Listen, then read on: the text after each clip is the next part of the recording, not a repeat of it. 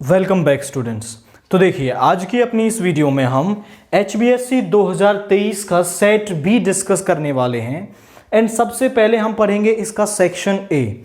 तो section A आपको MCQ questions दे रखे हैं एंड इसमें सबसे पहला क्वेश्चन आपको क्या दे रखा है, if A R -4 and B R -1 fx is equal to x - 3 over x - 4 then f A to B is. तो हमें चेक करना है कि ये फंक्शन वन फंक्शन है, ऑन टू फंक्शन है, या फिर किस टाइप का आपका ये फंक्शन दे रखा है।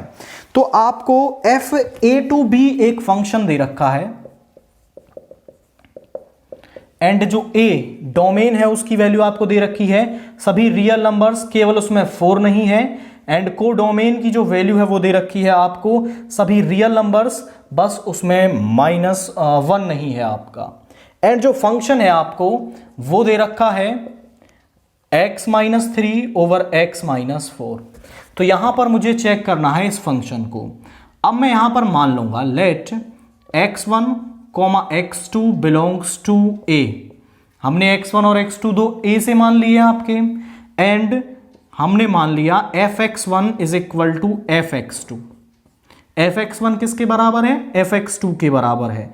तो यहां से fx1 आ जाएगा x1 - 3, जहां भी x है वहां पर x1 डाल देंगे, x1 - 4 x2 - 3 over x2 - 4। Cross multiply करेंगे तो x1 - 3 into x2 - 4 is equal to x1 - 4 into x2 - 3। Multiply करेंगे तो x1 x2 -4x1 -3x2 plus 12 is equal to x1 x2 minus यहां पर है आपका x2 - 3, x1 3x1 -4x2 plus 12 से 12 x1 x2 से x1 x2 -4x1 इधर ले जाएंगे, इसको इधर ले आएंगे तो ये हो जाएगा प्लस का 4x2 -3x2 is equal two plus का 4x1 -3x1। तो यहां पर x1 किसके बराबर आ गया, x2 के बराबर। हमने माना था fx1 fx2 के बराबर है, x1 x2 के बराबर आ गया, मतलब फंक्शन क्या है आपका 1 1 है। ऐसा होता क्यों है जरा उसको देखें। भाई यहां पर आपके पास a दे रखा है, यहां पर b, यहां से यहां f डिफाइंड है। मैंने a के दो एलिमेंट ले लिए x1 x2। जब आप फंक्शन में x1 रखेंगे तो वैल्यू क्या मिलेगी, fx1 मिलेगी, x2 रखेंगे तो वैल्यू क्या मिलेगी, fx2 मिलेगी। और मैंने बोल दिया कि fx1 और fx2 बराबर हैं। 1 1 फंक्शन की डेफिनेशन क्या होती है आपकी, कि हर एलिमेंट के लिए आपको यूनिक इमेज मिलनी चाहिए। अब ये दोनों बराबर हो गए, यहां पर ये दोनों बराबर हो गए, fx1 is equal to fx2 और यहां पर है x1 x2, ये दोनों इससे मैप कर रहे हैं। अब अगर x1 और x2 बराबर नहीं आते हैं तो x1 और x2 की सेम इमेज होने की वजह से ये फंक्शन 1 1 नहीं होता। हमने fx1 को fx2 के बराबर मान लिया, इन दोनों को एक ही पॉइंट कर दिया, और यदि ये अलग अलग आते हैं तो फंक्शन क्या हो जाएगा, नॉट 1 1 रहेगा। और यदि x1 और x2 भी बराबर हो जाते हैं, जैसे यहां पर आया है, मतलब ये भी एक पॉइंट हो गया और एक पॉइंट ही एक पॉइंट से मैप कर रहा है, मतलब हर एलिमेंट की इमेज क्या है आपकी, यूनिक है। तो यहां से हमने यही चीज प्रूव की है कि fx1 fx2 के बराबर था तो x1 x2 के बराबर आया है, that's why the function is 1 1 function. Now हम इसको चेक करते हैं कि this is onto function और नॉट। सबसे पहले आप fx को y के बराबर लेंगे, तो fx है आपका x - 3 over x - 4 is equal to y।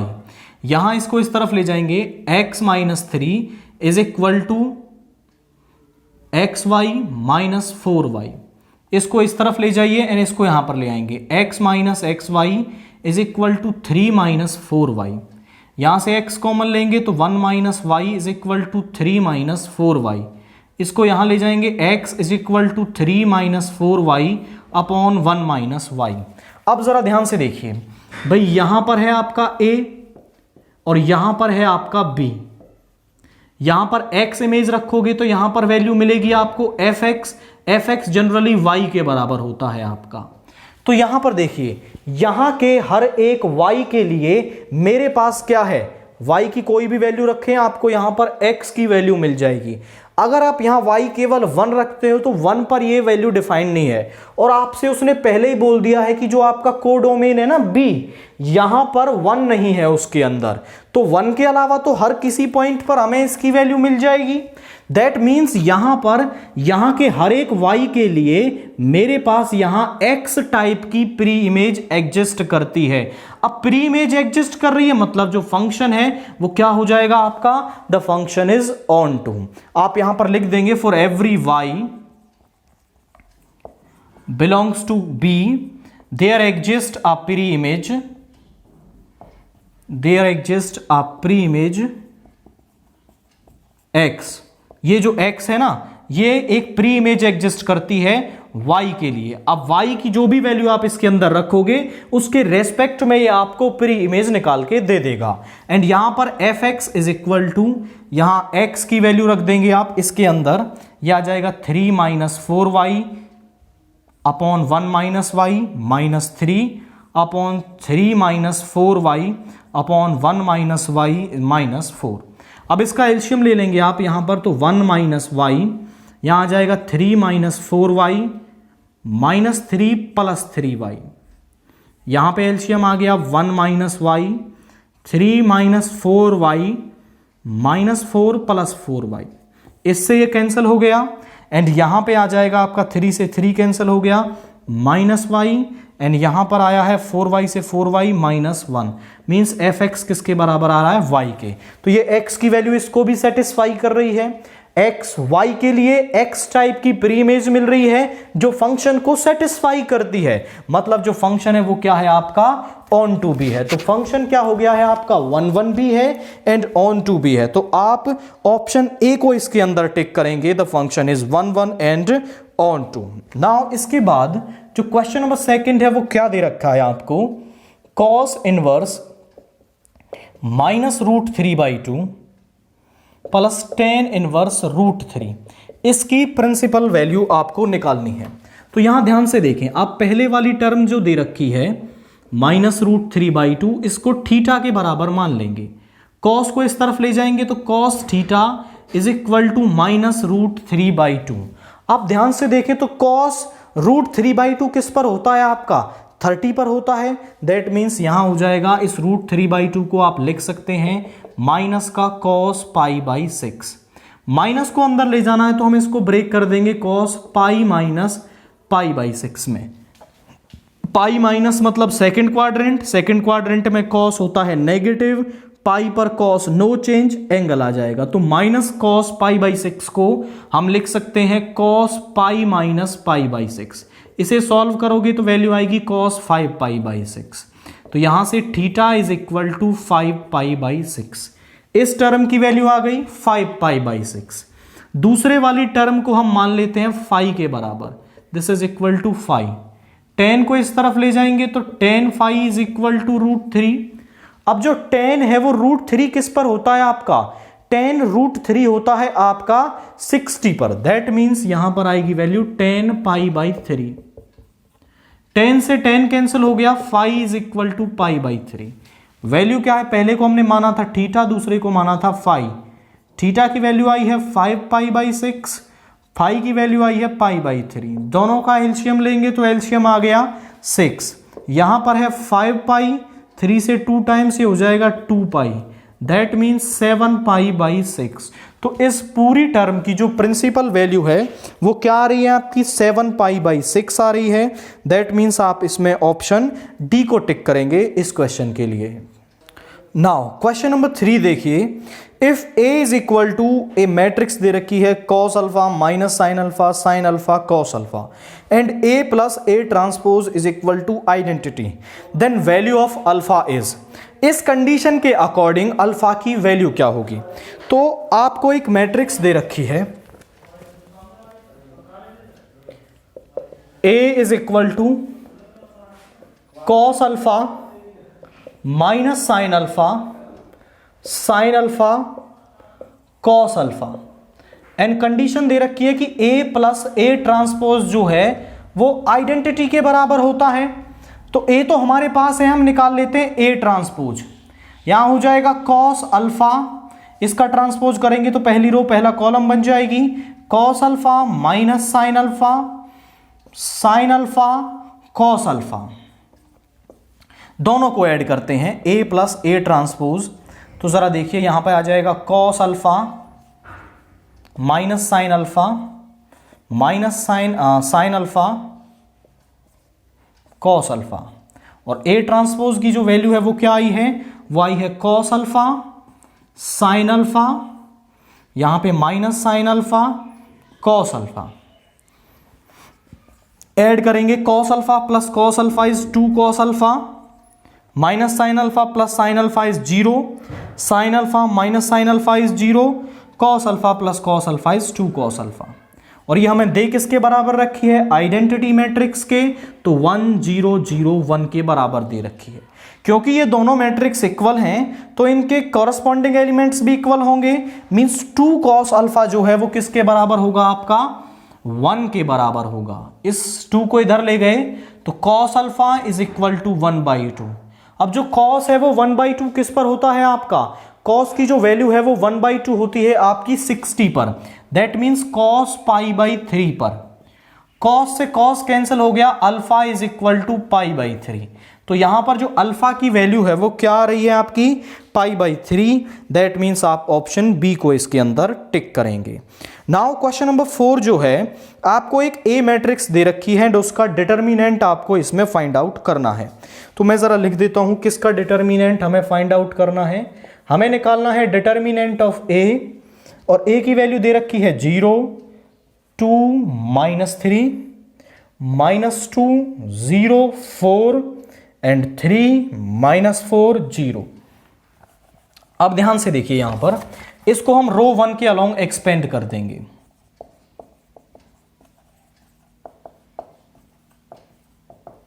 तो 0 बाहर रहेगा तो मल्टीप्लाई में सब कुछ 0 हो जाएगा, -2। इस रो इस कॉलम को छोड़ेंगे तो 0 × -2 इज 0, एंड यहां पे आ जाएगा -12, यहां पे आ गया -3। इस रो इस कॉलम को छोड़ेंगे तो 4 -2 × -4 इज 8 एंड -0। ध्यान से देखिए आप, -12 और ये -2, ये हो जाएगा +24। 8 × 3 इज -24, 24 -24 इज 0। मतलब डिटर्मिनेंट ऑफ ए किसके बराबर आ रहा है, आपका 0 के बराबर आ रहा है इस क्वेश्चन में। देन इसके बाद जो क्वेश्चन नंबर 5 है वो क्या दे रखा है आपको, if f(x) is equal to kx + 1 when x is less than equal to pi, cos x when x is greater than pi is continuous at x is equal to pi, then the value of k is। आपको एक function दे रखा है और जो function है ना वो x is equal to pi पर कंटिन्यूअस है, तो आपको x की वैल्यू बतानी है कि x की वैल्यू क्या होगी, आपकी सॉरी k की वैल्यू क्या होगी। तो मैं जरा फंक्शन को लिखता हूं यहां पर। फंक्शन आपको दे रखा है kx + 1 when x is less than equal to pi and cos x when x is greater than pi। अब मैं ये x is equal to pi पर कंटिन्यूअस है तो मैं x is equal to pi पर left hand limit, right hand limit और function की वैल्यू फाइंड आउट कर लेता हूं। तो सबसे पहले हम निकाल रहे हैं LHL, that means limit x tends to pi minus. अब लेफ्ट हैंड लिमिट के लिए फंक्शन क्या होगा, जहां पर पाई लेस देन x जो है वो लेस देन पाई है तो यहां आ जाएगा kx + 1। यहां पर हम x को पुट कर देंगे अब pi minus h as h tends to 0। तो x की जगह आपको रख देना है पाई माइनस h और h किसके बराबर हो जाएगा, आपका 0 के बराबर हो जाएगा। तो यहां पर पुट करें limit h tends to 0 k × pi minus h + 1। अब यहां आप एक h की जगह 0 रख देंगे तो यहां आ जाएगा k पाई + 1। उसके बाद हम निकालते हैं right hand limit, limit x tends to pi positive. अब राइट हैंड लिमिट के लिए जहां पर x पाई से बड़ा है वो राइट हैंड लिमिट के लिए फंक्शन होगा, दैट मींस cos x जो है वो फंक्शन है आपका राइट हैंड लिमिट के लिए। तो यहां आ गया cos x। यहां पर हम x को पुट कर देंगे pi plus h as h tends to 0। तो यहां पर देखिए क्या बन जाएगा, limit h tends to 0 cos pi plus h। आप h की वैल्यू 0 रख देंगे तो यहां आएगा कॉस पाई, और कॉस पाई बराबर होता है आपका -1 के। That means right hand limit की जो वैल्यू है वो क्या आ गई है आपके पास, -1 आ गई है। अब मैं फंक्शन की वैल्यू निकाल लेता हूं at the point pi, F pi. तो ध्यान से देखें, x पाई के बराबर यहां पर है तो फंक्शन ये रहेगा, इसमें जहां भी x है वहां पे पाई डाल दें तो k पाई प्लस 1। ये है एफ पाई की वैल्यू। अब क्योंकि जो फंक्शन है वो x is equal to pi पर कंटिन्यूअस है, यहां पर आप लिखेंगे since the function is continuous at x is equal to pi, therefore LHL is equal to RHL is equal to F pi. तीनों बराबर होंगे तो LHL की वैल्यू आई है k पाई प्लस 1, RHL की है -1 और इसकी भी आई है k पाई प्लस 1। मैं इन दोनों को कंपेयर कर लेता हूं, k pi plus 1 is equal to -1, इसको इस तरफ लेके जाएंगे तो k pi is equal to -1 और यहां पर पाई डिवाइड में चला जाएगा तो k is equal to -2 upon pi. तो जो k की वैल्यू है वो क्या आ रही है आपकी, -2/पाई आ रही है। दैट मीन्स आप ऑप्शन सी को टिक करेंगे इस क्वेश्चन के अंदर। नाउ क्वेश्चन नंबर 6 देखिए, radius of a circle is increasing at the rate of 0.7 centimetre per second. The rate of change of its perimeter circumference at r is equal to 3 is. मतलब किसी circle की जो radius है उसका rate of change आपको दे रखा है 0.7 सेंटीमीटर पर सेकेंड। तो उसका जो पेरीमीटर है, जो सर्कमफेरेंस है, वो किस रेट पर चेंज हो रहा होगा जब जो रेडियस है वो 3 सेंटीमीटर आपको दे रखी है, तो ये बताना है आपको। तो यहां पर हम मान लेते हैं let r is the radius and P denotes the perimeter of circle।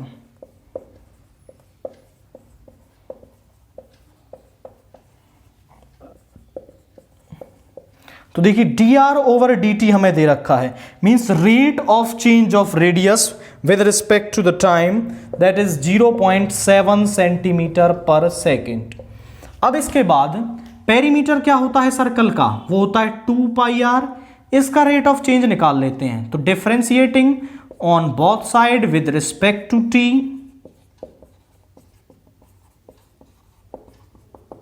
यहां हो जाएगा dp ओवर dt, 2 पाई कांस्टेंट है, r का हो जाएगा dr ओवर dt। अब यहां पर dr ओवर dt की जो वैल्यू है वो हमारे पास दे रखी है, दैट इज 0.7। इसकी इससे मल्टीप्लाई करेंगे तो ये हो जाएगा आपका 1.4 पाई सेंटीमीटर पर सेकेंड। तो यहां पर जो वैल्यू है वो आ रही है 1.4 पाई सेंटीमीटर पर सेकेंड, और जो यहां पर कोई भी ऑप्शन आपको नहीं दे रखा है, दैट मीन्स आप डी को टिक करेंगे, जो दे रखा है आपको नन ऑफ दीज। देन इसके बाद क्वेश्चन नंबर 7 को हम देखें तो वो क्या दे रखा है, the slope of tangent to the curve x² plus y² is equal to 25 at the point 5 cos theta, 5 sin theta is. आपको एक कर्व दे रखा है, उस कर्व का आपको स्लोप ऑफ टेंजेंट निकालना है at the given point. Slope of tangent मतलब आपको dy/dx की वैल्यू निकालनी है उस गिवन पॉइंट पर आपकी। तो यहां पर dy/dx को ही हम स्लोप ऑफ टेंजेंट बोलते हैं। ये क्वेश्चन नंबर 7 है आपका। द गिवन कर्व इज, क्या दे रखा है, x² plus y² is equal to 25। तो differentiating on both side with respect to x, क्योंकि ये एक इम्प्लिसिट फंक्शन है, x² का क्या हो जाएगा, पावर आगे आएगी, पावर में से एक कम, प्लस y की पावर का करेंगे 2y dy/dx is equal to 25 का हो जाएगा 0, क्योंकि ये कांस्टेंट है। इसको इस तरफ लेके जाएंगे, 2y dy/dx is equal to minus का 2x, ये मल्टीप्लाई में है, इधर आके डिवाइड में हो जाएगा, तो dy by D x is equal to -2x upon 2y। तो 2 से 2 कैंसिल हो गया, dy बाई डी एक्स किसके बराबर आ रहा है, -x ओवर y के। आपको पॉइंट क्या दे रखा है, पॉइंट दे रखा है 5 cos थीटा, 5 sin थीटा। इस पॉइंट पर वैल्यू निकालनी है, x ये है, y ये है, दोनों की वैल्यू यहां पर पुट कर देंगे। तो dy by D x at 5 cos theta, 5 sin theta, यहां हो जाएगा माइनस का 5 cos थीटा और नीचे y की वैल्यू है 5 sin थीटा। तो आप ध्यान से देखें, 5 से 5 कैंसिल हो गया, cos theta upon sin theta होता है माइनस cot थीटा। तो स्लोप ऑफ टेंजेंट क्या है आपका, स्लोप ऑफ टेंजेंट है माइनस cot थीटा। वैल्यू क्या आ रही है, माइनस cot थीटा क्या है आपका, स्लोप ऑफ टेंजेंट आ रहा है इस क्वेश्चन के लिए, जो आपको ऑप्शन डी दे रखा है। आप ऑप्शन डी को इसके अंदर टिक करेंगे। देन इसके बाद जो क्वेश्चन नंबर 8 है वो बेसिकली आपको इंटीग्रेशन से दे रखा है। Let i is equal to 1 minus sine x upon cos square x dx। अब इसका इंटीग्रेशन हम कैसे करेंगे, कॉस स्क्वायर एक्स को दोनों के अपॉन में लिख लेंगे अलग अलग। तो यहां हो जाएगा 1 upon cos square x minus sine x.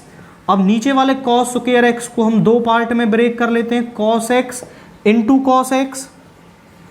अब जरा देखिए 1 अपॉन कॉस स्क्वायर एक्स हो जाएगा आपका सेक स्क्वायर एक्स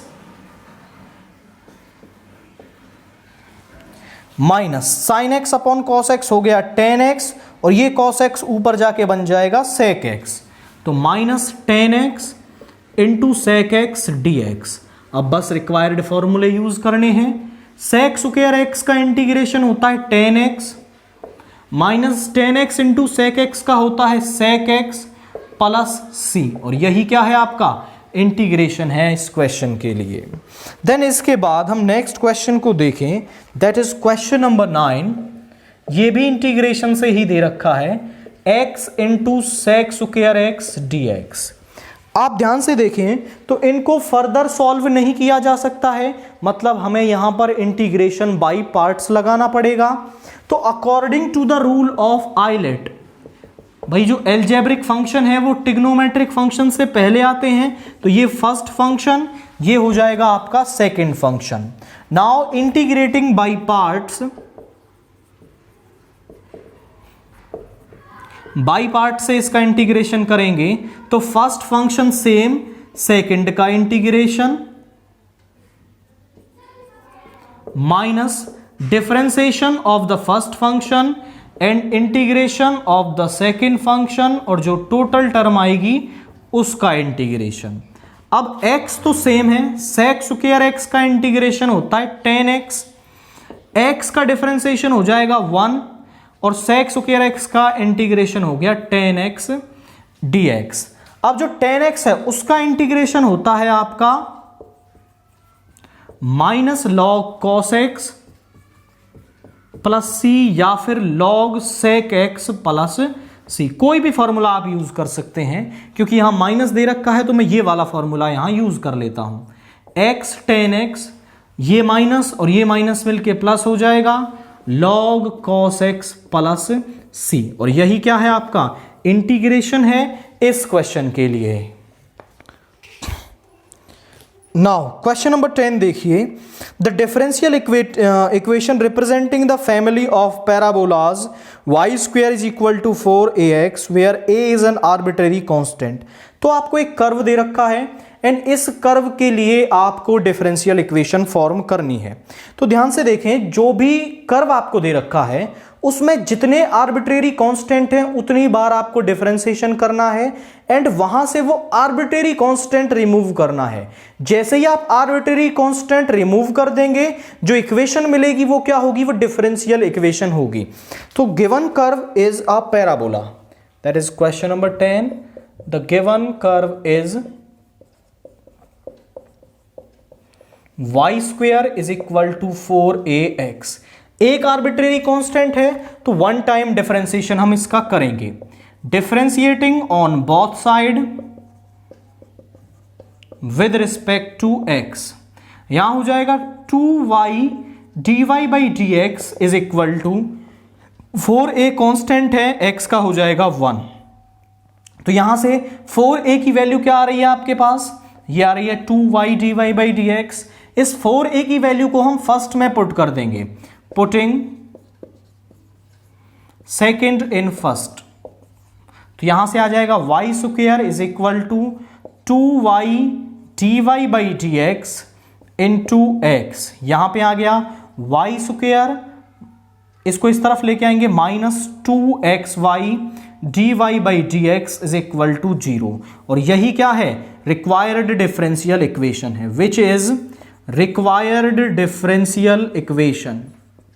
तो यहां पर आप ऑप्शन मैच कर लें, दैट इज ऑप्शन बी आपको दे रखा है, तो आप इसको टिक करेंगे। देन इसके बाद जो क्वेश्चन नंबर 11 है वो क्या दे रखा है, general solution of the differential equation 1 plus x square d Y by D x is equal to 1 plus y square.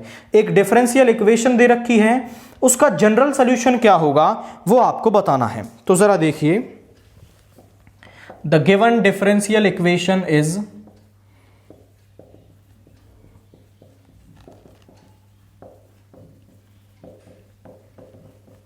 यहां पर दे रखा है 1 plus x square into d Y by D x is equal to 1 plus y square.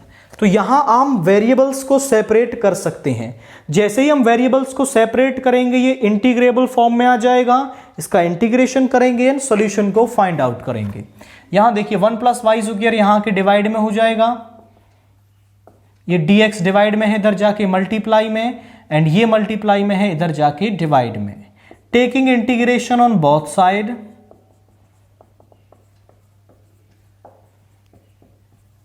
तो यहां आ जाएगा 1 dy upon 1 plus y square is equal to dx upon 1 plus x square.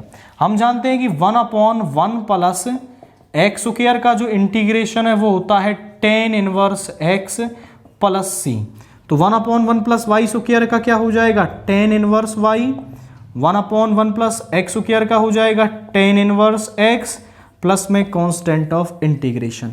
And यही क्या है, which is required differential equation, which is required solution. यही क्या है, रिक्वायर्ड जनरल सॉल्यूशन है आपका। देन इसके बाद यहां पर देखें तो ऑप्शन सी दे रखा है, ऑप्शन सी को आप इसमें टिक करेंगे। देन इसके बाद जो क्वेश्चन नंबर 12 है वो क्या दे रखा है, if P A is equal to 7/13, probability of event A आपको दे रखी है 7/13, प्रोबेबिलिटी ऑफ इवेंट बी हमें दे रखी है that is 9/13, P of A union B हमें दे रखी है वो आपकी है 12/13। हमें वैल्यू निकालनी है पी ए बाई बी की। तो पी ए बाई बी का बाई कंडीशनल प्रोबेबिलिटी फॉर्मूला क्या होता है, ये होता है P A intersection B upon में पी बी। अब हमें चाहिए इसके लिए पी ए इंटरसेक्शन बी, और वो हमारे पास है नहीं, बट हम एक फॉर्मूला जानते हैं कि पी ए इंटरसेक्शन बी बराबर होता है P A plus P B minus P A union B के। तो यहां से हम पी ए इंटरसेक्शन बी निकाल सकते हैं, तीनों वैल्यूज हमारे पास हैं, पुट करेंगे यहां पर। तो यहां आ जाएगा 7/13 प्लस 9/13 माइनस 12/13। एलसीएम आएगा 13, 9 plus 7 is 16 minus 12 that is 4/13। तो P of A intersection B किसके बराबर आ रहा है, 4/13 के। वैल्यूज को यहां पुट करेंगे तो P A by B, P A intersection B आया है 4/13, पी बी की वैल्यू है 9/13, 13 से 13 कैंसिल हो गया, which implies that P A by B is equal to 4/9। तो इस क्वेश्चन का आंसर क्या है आपका, that is 4/9।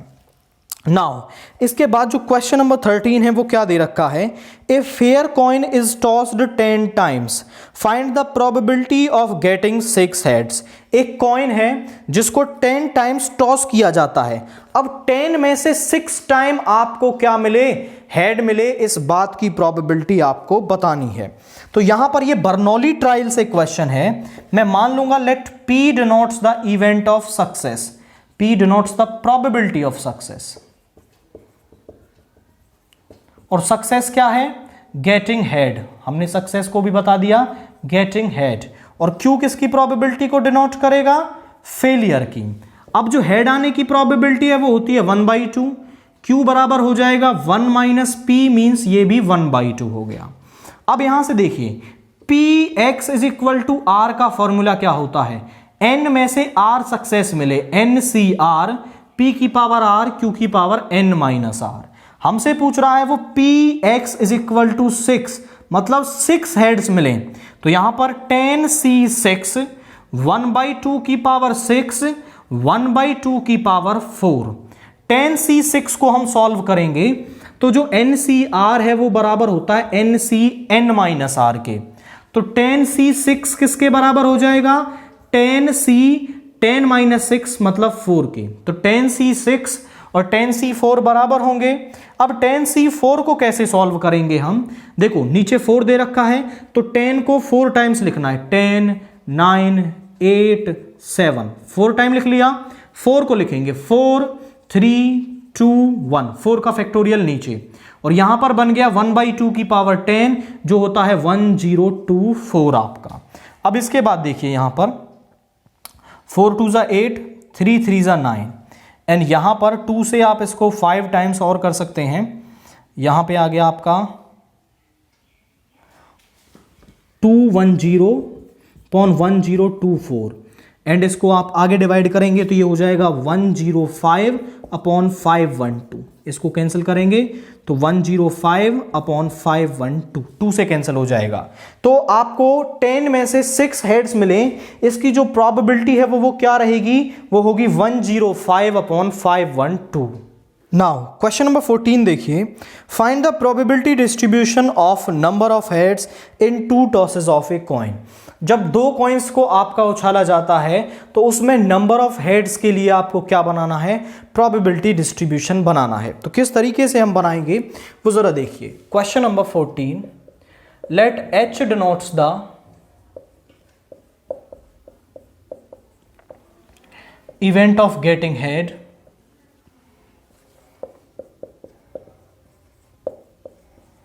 and T denotes the event of getting tail.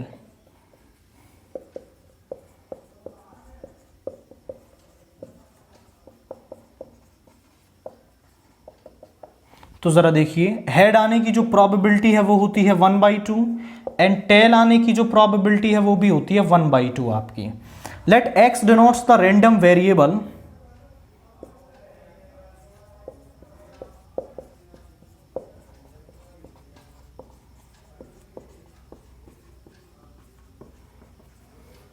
Of number of heads. x क्या है? रैंडम वेरिएबल का है नंबर ऑफ हेड्स के लिए. Clearly values of x can be. x की वैल्यूज क्या क्या हो सकती हैं भाई? हो सकता है आपको एक भी हेड ना मिले मतलब 0, हो सकता है एक हेड मिले या फिर हो सकता है 2 हेड मिले. क्योंकि 2 कॉइन्स को उछाला जा रहा है तो ज्यादा से ज्यादा 2 हेड आपको मिल सकते हैं. तो सबसे पहले हम प्रोबेबिलिटी निकालते हैं. P X is equal to 0 मतलब probability of getting no head, मतलब पहले वाला भी टेल और दूसरे वाला भी टेल मिले. इसको आप लिख सकते हैं P T into P T. P T की जो वैल्यू है वो है 1/2 इंटू 1/2 मीन्स ये हो गया 1/4. देन इसके बाद हम निकालते हैं P X is equal to 1 मतलब आपको क्या मिले? 1 हेड मिले. अब जो 1 हेड है हो सकता है वो पहली पोजीशन पर मिल जाए या फिर हो सकता है कि वो दूसरी पोजीशन पर हमें मिले. तो यहां पर हम इसको लिख सकते हैं P H T plus P T H. इसको आगे ब्रेक कर सकते हैं P H into P T plus P T into P H. दोनों की वैल्यूज हमारे पास हैं 1/2 इंटू 1/2 प्लस 1/2 इंटू 1/2. एलसीएम आ गया 4, यहां पर 1 plus 1 that means 2/4 that is 1/2. तो P X is equal to 1 किसके बराबर है? आपका 1/2 के बराबर है. देन इसके बाद हम निकालते हैं P X is equal to 2 मतलब probability of getting both head. पहले पर भी हेड दूसरे पर भी हेड. इसको हम लिख सकते हैं P H into P H value है 1/2 इंटू 1/2 दैट इज 1/4। तो यहां पर प्रोबेबिलिटी डिस्ट्रीब्यूशन क्या बन रहा है, उसकी टेबल बना देते हैं हम। यहां पर है x, यहां पर हम लिख रहे हैं px। x is equal to 0, 1 and 2। x is equal to 0 पर वैल्यू है 1/4, 1 पर वैल्यू है 1/2 एंड 2 पर वैल्यू है 1/4 आपकी। तो ये है probability distribution for the number of heads in 2 tosses of a coin. Same वो आपसे नंबर ऑफ टेल्स के लिए पूछ सकता है। तो यहां x टेल को डिनोट करेगा, px इज इक्वल टू 0 क्या हो जाएगा, मतलब कोई भी टेल ना मिले आपको, ये दूसरा क्वेश्चन है आपका इसी से रिलेटेड, कोई भी टेल ना मिले मतलब दोनों क्या मिलेंगे, हेड मिलेंगे। px इज इक्वल टू 1 मतलब एक हेड एक टेल मिले, तो pth पहले पर टेल मिल जाए, दूसरे पर टेल मिल जाए। px इज इक्वल टू 2 दोनों पर क्या मिले, टेल मिले। तो सेम आंसर आपका आने वाला है इसके लिए भी। तो वो आपसे नंबर ऑफ हेड्स के लिए पूछा, नंबर ऑफ टेल्स के लिए भी प्रोबेबिलिटी डिस्ट्रीब्यूशन पूछ सकता है। अगर नंबर ऑफ टेल्स के लिए पूछे तो इस तरीके से प्रोसीड करेंगे और आंसर सेम ही आएगा नंबर ऑफ टेल्स के लिए भी। देन इसके बाद हम देखें क्वेश्चन नंबर 15 हमें क्या दे रखा है, find the unit vector in the direction of A vector. एक ए वेक्टर दे रखा है, इसकी डायरेक्शन में हमें क्या निकालना है, एक यूनिट वेक्टर निकालना है। तो यहां पर देखिए, let here a vector is equal to 2i cap plus 3j cap minus 6k cap. इसका मॉड्यूलस निकाल लेते हैं। मॉड्यूलस क्या हो जाएगा इसका, 2 का स्क्वायर 4, 3 का स्क्वायर 9, माइनस 6 का स्क्वायर 36, ये हो गया 49 that is 7। A unit vector, अब ध्यान से देखिए फॉर्मूला क्या होता है, a unit vector in the direction, या फिर वो बोल दे parallel to a vector is given by. दोनों ही तरीके से क्वेश्चन पूछ सकता है कि इन द डायरेक्शन बोल दे, पैरेलल बोल दे, तो दोनों ही सेम तरीके से निकाले जाते हैं। जो भी वेक्टर आपको दे रखा है उसको उसके ही मॉड्यूलस से डिवाइड कर देना होता है, और जो रिजल्टेंट वेक्टर आपको मिलेगा वो क्या होगा, वो एक वेक्टर होगा उसी वेक्टर की डायरेक्शन में या फिर उसके पैरेलल। तो ए वेक्टर है आपका 2i cap plus 3j cap minus 6k cap, modulus आया है इसका 7। तो आप ऑप्शन चेक कर लेंगे, दैट इज ऑप्शन बी। तो आप ऑप्शन बी को इसके अंदर टिक करेंगे। नाउ इसके बाद हम देखते हैं इसका क्वेश्चन नंबर 16। क्वेश्चन नंबर 16 आपसे क्या कह रहा है, find the angle between the lines.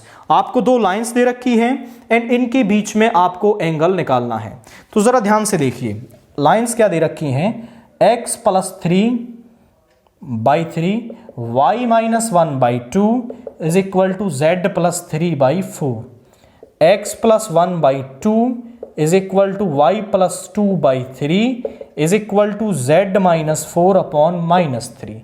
जब आपके पास इस तरीके से दो लाइंस दे रखी हों, पहली लाइन के डायरेक्शन रेशियोज हैं 3, 2, 4, दूसरी लाइन के डायरेक्शन रेशियोज हैं 2, 3, -3।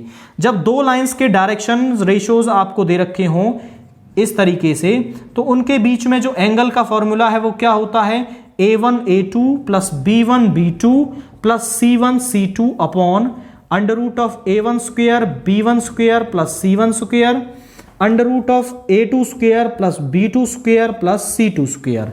तो a1 b1 c1 ये है, a2 b2 c2 ये है। तो cos थीटा किसके बराबर हो जाएगा, 3 into 2 6, 2 into 3 6, 4 into -3 is 12। Now यहां पर 3 का स्क्वायर प्लस 2 का स्क्वायर प्लस 4 का स्क्वायर, 2 का स्क्वायर प्लस 3 का स्क्वायर प्लस -3 का स्क्वायर। अब यहां पर देखिए ऊपर बन गया 0, तो नीचे वाली किस 0 के अपॉन में चाहे कुछ भी दे रखा हो ये बन जाएगा 0। कॉस 0 किस पर होता है हमारा, कॉस 0 होता है आपका π/2 पर, π/2 पर कॉस 0 के बराबर होता है आपका। तो यहां कॉस से कॉस कैंसिल हो गया, theta is equal to π/2। So the angle between the lines is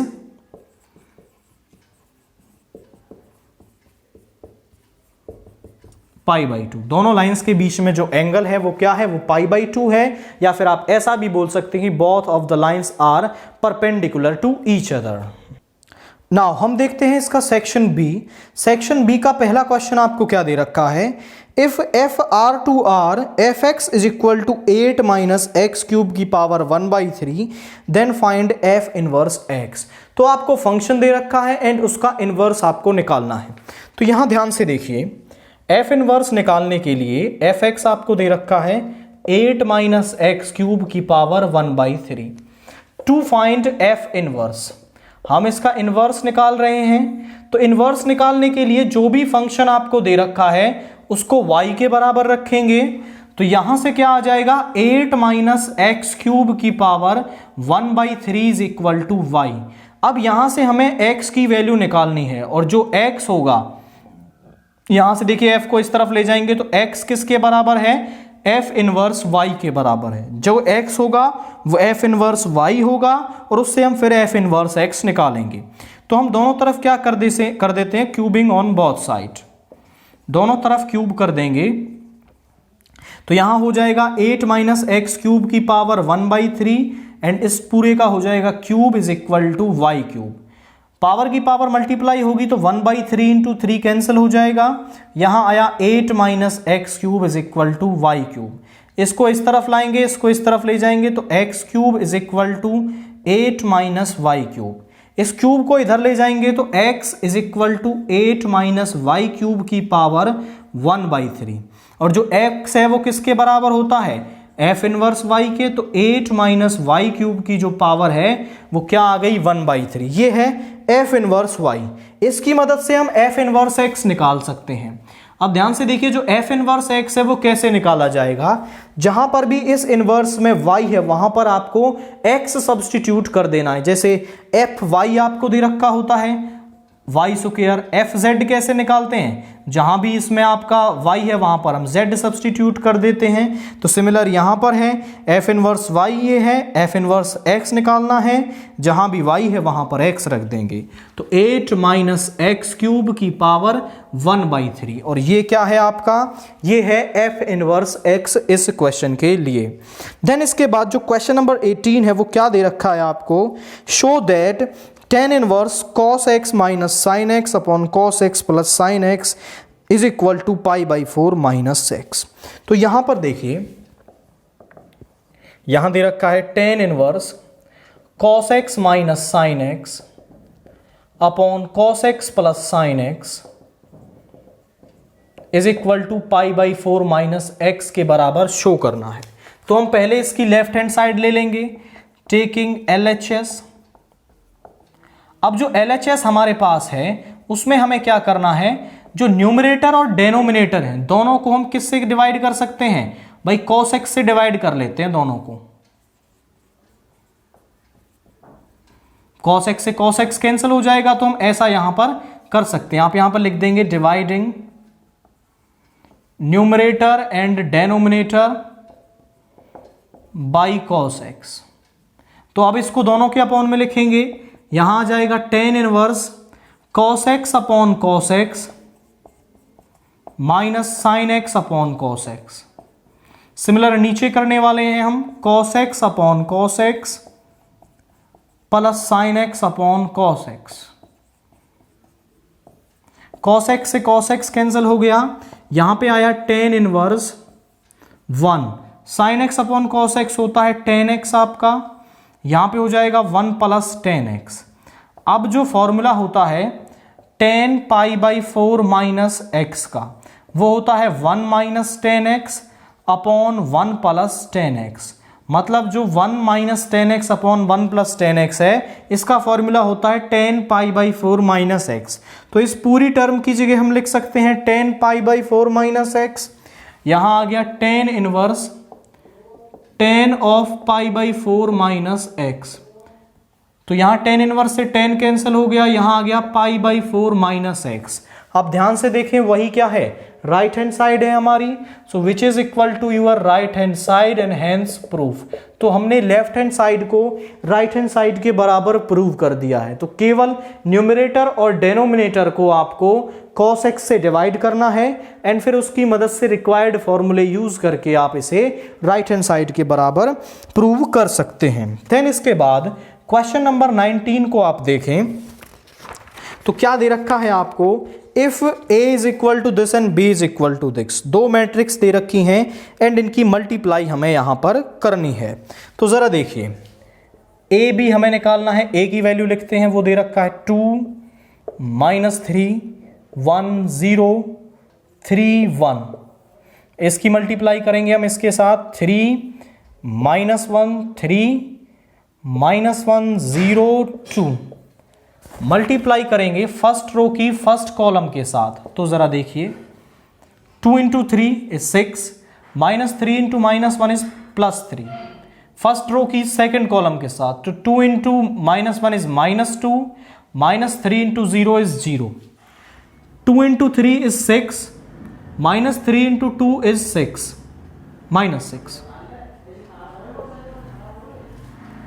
second row की फर्स्ट कॉलम के साथ, तो 1 into 3 is 3, -1 into 0 is 0, 1 into -1 is -1, 0 into 0 is 0, 1 into 3 is 3, plus 0 into 2 is 0, 3 into 3 is 9, plus 1 into -1 is -1, 3 into -1 is -3, plus 1 0 is 0, 3 into 3 is 9, plus 1 into 2 is 2। अब जरा solve करते हैं, यहां पर वैल्यू आ रही है 6 plus 3 is 9, -2 plus 0 is -2, 6 -6 is 0, 3 plus 0 is 3, -1 plus 0 is -1 and 3 plus 0 is 3, 9 -1 is 8, -3 plus 0 is -3 and 9 plus 2 is 11। तो ये क्या आ रही है आपके पास, ए बी की वैल्यू आ रही है। इसके लिए आपको क्या है कि पहले यहां पर ये भी चेक कर लेना होता है कि ए बी का जो प्रोडक्ट है वो हो भी सकता है या फिर नहीं हो सकता है। इसको कैसे चेक करेंगे, आपको निकालना है ए बी। ए का ऑर्डर देखें, वो दे रखा है आपको 3 क्रॉस 2, फिर बी का ऑर्डर लिख लें, वो है दे रखा है 2 क्रॉस 3। तो पहली वाली मैट्रिक्स के नंबर ऑफ कॉलम्स दूसरे वाली मैट्रिक्स के नंबर ऑफ रोज के बराबर होने चाहिए। तो यहां पर 2 और 2 बराबर हैं आपके, दैट मीन्स इनका मल्टीप्लिकेशन हो सकता है। और जो नई मैट्रिक्स ए बी आपको मिलेगी उसका ऑर्डर क्या होगा, वो होगा 3 क्रॉस 3। तो पहले आपको चेक करना है कि क्या मल्टीप्लिकेशन पॉसिबल भी है या नहीं है। कई बार डायरेक्टली आपसे क्वेश्चन पूछता है कि ए का ऑर्डर ये है, बी का ऑर्डर ये है, तो जो नई मैट्रिक्स ए बी मिलेगी उसका ऑर्डर बताइए। तो डायरेक्टली आप ऑर्डर की मदद से भी ऑर्डर बता सकते हैं कि जो पहले वाली के नंबर ऑफ रोज हैं दूसरी वाली के नंबर ऑफ कॉलम्स के साथ प्रोडक्ट करके जो वैल्यू होगी वही क्या होगा, आपका नई मैट्रिक्स का क्या होगा, ऑर्डर होगा। नाउ क्वेश्चन नंबर 20 देखिए, आपको इस साइड को इस टर्म के बराबर प्रूव करना है। तो सबसे पहले हम इसमें LHS को ले लेंगे, टेकिंग LHS। नाउ अब देखिए यहां पर कि हमें इस टर्म को इसके बराबर प्रूव करना है। तो यहां पर यदि हम R1, R2 और R3 को ऐड करते हैं तो हमें यही टर्म मिल जाएगी, operating R1 plus R2 plus R3, सभी को ऐड कर देंगे। तो यहां पर क्या आएगा आपका, यहां पर आएगा 1 plus A square plus B square plus C square, 1 plus A square plus B square plus C square, 1 plus A square plus B square plus C square. बाकी टर्म को सेम रखेंगे, यहां पे हो गया C square 1 plus C square. अब इसमें से हम रो 1 में से 1 plus A square plus B square common ले लेंगे, taking common 1 plus A square plus B square plus C square from R1।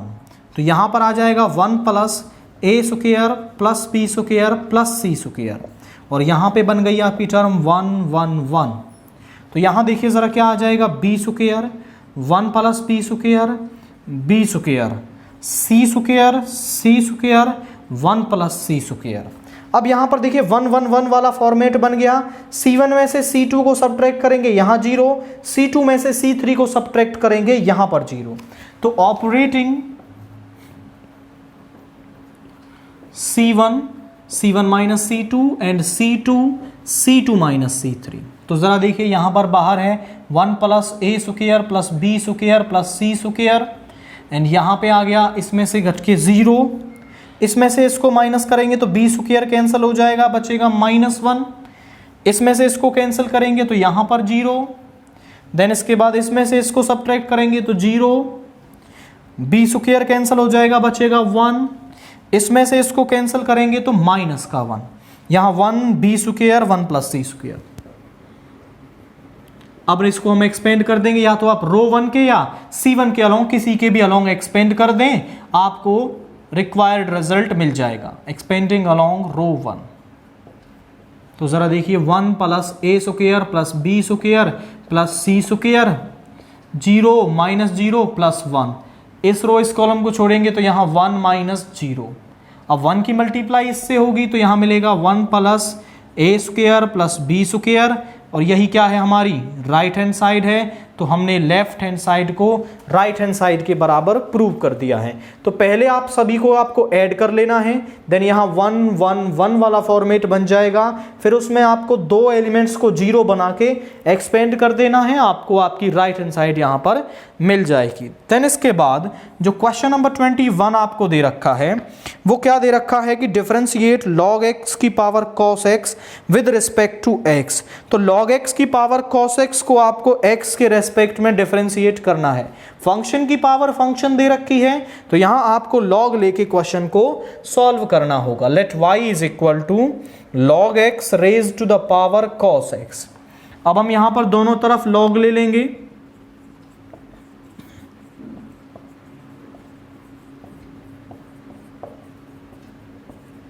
यहां पे हो गया log y is equal to log of log x की पावर cos x। यहां देखिए हमें पता है कि log में जो फंक्शन की पावर होती है वो आगे आ जाती है n log m। तो जरा देखिए यहां पे आ गया log y, यहां पे आ जाएगा cos x log of log x। अब हम इसको डिफरेंशिएट कर देंगे, ये एक फंक्शन है, ये दो फंक्शन दूसरा फंक्शन है। डिफरेंशिएटिंग ऑन बोथ साइड,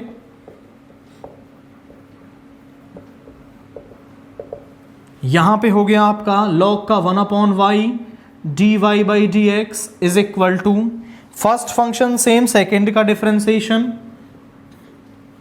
अब पहले वाले log का करेंगे तो ये log नीचे आ जाएगा 1/log x, और फिर इस log x का करेंगे तो 1/x, फिर ये टर्म सेम रहेगी plus log of log x same, and यहां पर cos x का हो जाएगा माइनस sin x। अब y डिवाइड में है, इधर आके मल्टीप्लाई में हो जाएगा, तो dy by D x is equal to y cos x upon x log x minus sine x into log of log x। y की वैल्यू जो है वो यहां पर पुट कर देंगे log x की पावर cos x, तो dy by D x is equal to log x की पावर cos x। यहां पर है cos x upon x log x minus sine log of log x, और यही क्या है आपका आंसर है इस क्वेश्चन के लिए। देन इसके बाद जो नेक्स्ट क्वेश्चन आपको दे रखा है that is question number 22। If y is equal to sec inverse 1/2x square minus 1, इसका क्या करना है आपको इंटीग्रेशन फाइंड आउट करना है। तो यहां पर देखिए हम जानते हैं कि sec इनवर्स 1/x किसके बराबर होता है, cos इनवर्स x के। इसको उल्टा कर देंगे तो sec इनवर्स cos इनवर्स में बदल जाएगा, तो y is equal to cos inverse 2x square minus 1। यहां पर हम x को क्या पुट कर देंगे, cos थीटा पुट कर देंगे, विच इंप्लाइज दैट cos को इस तरफ लाएंगे तो theta is equal to cos inverse x। तो यहां पर देखिए अब हम यहां पर पुट करने वाले हैं y is equal to cos inverse 2 cos square theta minus 1। अब यहां पर कौन सा फॉर्मूला लगेगा, जरा देखें भाई, एक फॉर्मूला होता है 1 plus cos 2 theta is equal to 2 cos square theta. हमें यहां पर 2 cos स्क्वायर थीटा, इसको इस तरफ ले जाएंगे तो cos 2 theta is equal to 2 cos square theta minus 1। तो 2 cos स्क्वायर थीटा माइनस 1 किसके बराबर होता है, cos 2 थीटा के। तो cos inverse cos 2 theta, cos inverse से cos कैंसिल हो जाएगा, y is equal to 2 theta. Theta किसके बराबर है आपका, थीटा बराबर है cos इनवर्स x के, तो 2 ऑफ cos इनवर्स x। अब हम इसको डिफरेंशिएट कर देंगे ऑन बोथ साइड, तो D Y by D x is equal to cos inverse X का डिफरेंशिएशन होता है -1/√1 minus X square. Differentiation of cos inverse X is equal to -1/√1 minus X square. तो इसका डिफरेंशिएशन क्या आ गया, -2/√1 माइनस एक्स स्क्वायर है इस क्वेश्चन के लिए।